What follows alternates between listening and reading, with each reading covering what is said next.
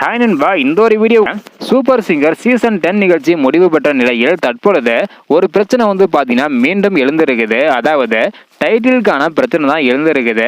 So இதை பற்றி நம்ம வீடியோ கிளிப்பை டீட்டெயில் வந்து பார்த்துடலாம். அதுக்கு முன்னாடி சூப்பர் சிங்கர் ஜூனியர் 10 நிகழ்ச்சியோட டைட்டில் வின்னராக காயத்ரி வந்து பார்த்தீங்கன்னா வந்திருந்தாங்க.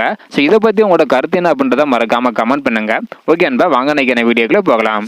ஓகே அன்பா, தற்பொழுது என்ன ஒரு பிரச்சனை ஆரம்பமாயிருக்கு அப்படின்றத டீட்டெயில் வந்து பார்த்துடலாம். இது வந்து பார்த்தீங்கன்னா என்னோட கருத்து கிடையாது.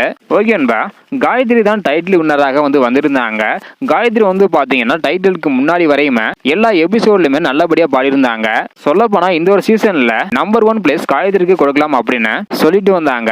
இருந்தாலும் ஃபைனல்ல வந்து பாத்தீங்கன்னா தற்பொழுது காயத்ரியை விட மற்ற 4 போட்டியாளர்களான நஸ்ரின், லயனட், சாரா மற்றும் ஆத்யா இந்த 4 போட்டியாளர்கள் காயத்ரியை விட நல்லா பாடியிருந்தாங்க அப்படின்னு சொல்லிட்டு வராங்க.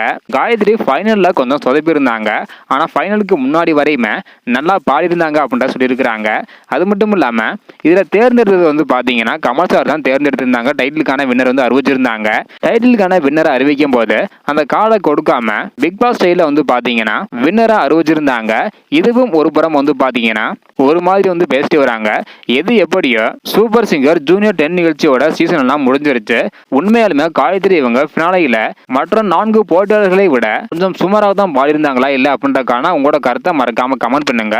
ஸோ பினாலையில யார் நல்லா பண்ணாங்க அப்படின்றதையும் மறக்காம கமெண்ட் பண்ணுங்க. ஓகே அன்பா, தேங்க்யூ.